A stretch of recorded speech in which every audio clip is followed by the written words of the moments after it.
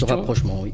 Le rapprochement avec le soufisme, je pense qu'il y a un parallélisme dans la démarche soufie et dans la démarche maçonnique.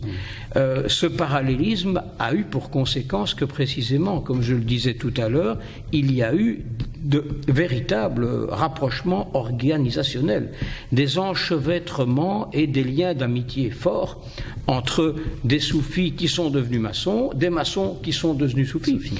Les exemples ne manquent pas. Donc encore aujourd'hui, ça reste particulièrement vrai. Il n'y a rien de changé et rien de nouveau sous le soleil. Philippe, d'abord répondez à la même question alors, et puis alors on passera à la question de... Il y a certainement une similitude dans la démarche, parce qu'il y a une demande d'initiation. Donc le soufi se présente à un guide spirituel de la confrérie et lui dit, voilà, je souhaiterais être initié à la confrérie, on va dire par exemple Tijania, de Sidi Ahmed Tijani, ou Boutchichia, à laquelle j'appartiens. J'étais Tijani, puis je suis devenu Boutchichi. D'accord. Alors, j'étais Tijani quand j'avais mes 18 ans. Et puis, en arrivant en Belgique, j'avais pensé qu'il me fallait un maître spirituel vivant, avec qui je pourrais discuter.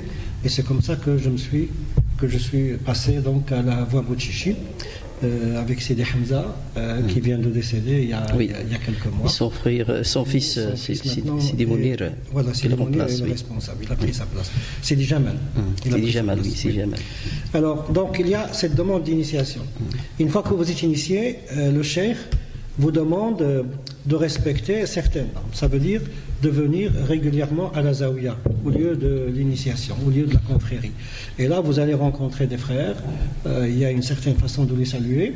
D'accord. Chez les Tijani, donnez-moi un peu la main. 1, 2, 3. D'accord. Et chez les Boutchichi, on prend la main et je vous embrasse la main et vous embrassez la main. D'accord. Même la manière du salut est différente. Voilà. Vous savez que les francs-maçons ont aussi une manière de se donner la main, mais je ne la montrerai pas à l'antenne. Voilà. Ce qui est dommage, hein.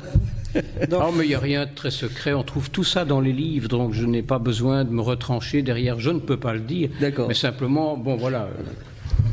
Mais, donc là, c'est un signe de reconnaissance. Vous le trouverez plus facilement au Sénégal, par exemple, parce que la plupart des frères sénégalais sont Tijani, ou alors donc avec les frères Boutchichi ici. Donc il y a des invocations, il y a une fraternité qui commence à se tisser, puisque vous allez rencontrer des frères une fois par semaine, d'accord. Et dans ces lieux d'invocation, on va lire le Coran, on va faire des invocations, on fait des méditations si vous voulez, et puis alors des chants religieux qui rappellent l'histoire des autres soufis qui ont vécu, qui ont témoigné par des poèmes. Et c'est tous les jours, M. Hassan? En principe, c'est une fois par semaine, la grande soirée, mais sinon, il y a des jours où il y a ce qu'on appelle les grandes invocations, c'est le lundi et le jeudi, mais tout dépend de la capacité de chacun pour se déplacer. On fait ça le soir, le matin? Ah, c'est toujours le soir. C'est toujours le soir et on se quitte le matin. Les réunions maçonniques, c'est le soir aussi. Et c'est difficile de se quitter. Puis alors, on commence à avoir une vision du monde. Ça veut dire quoi? Ça veut dire, le cheikh, Sidi Hamza, il disait, votre pire ennemi, ce n'est pas le juif, ce n'est pas l'athée, ce n'est pas le chrétien, c'est votre ego. C'est ça votre ego. Dernière parole. Je vais parler d'une image de Rabi'a. Rabi'a, c'est une soufie. Rabi'a al-Adawiya, c'est une soufie. Et on l'a trouvée un jour avec une jarre remplie d'eau et une flamme. Et on lui a dit, où vas-tu? Il a dit, je vais brûler le paradis et je vais éteindre le feu de l'enfer.